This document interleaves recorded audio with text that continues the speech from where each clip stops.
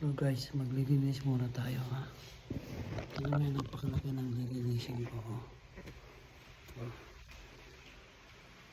Gandun. Ayan.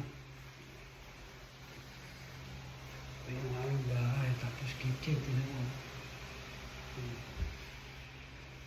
Apat na tao lang ang nakatira pero napakalaki. Tapos ikabok. Kaya maglinis muna tayo guys. Kailan kayo? Wala kayong stand ng stand ng cellphone. Kaya ito, pagkatapos ko magwalis, magmamak naman.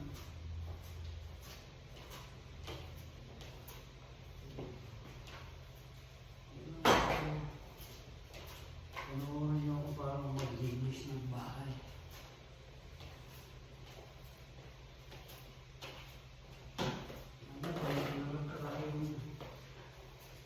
Bahay natin sa Pinas para sarili natin. Mamupahan lang naman tayo rito. Bigyan tayo ng bahay na maayos, ng bawang. Masabi natin sarili na natin.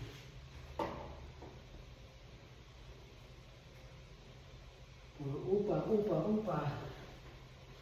Trabaho, upa lang napupunta lang sa upa yung ating sahod.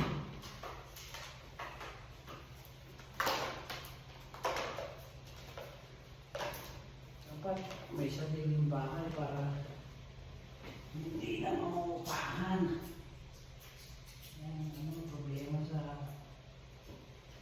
mamupahan. Habang buhay na mamupahan.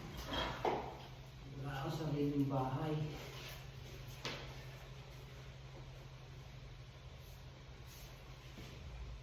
Kaya dapat sikapin magkaroon ng sariling bahay para hindi na mamupahan. Pagkain ng hindi. Katulad yan.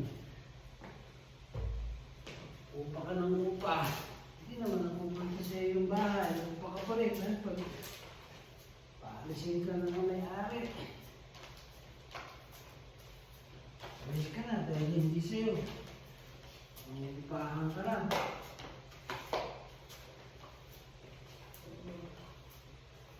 Yan ang problema sa walang sariling bahay. Upa ka lang. Ayan. Pagka gusto ko lang papaalis alis ka na. So, para po more guys.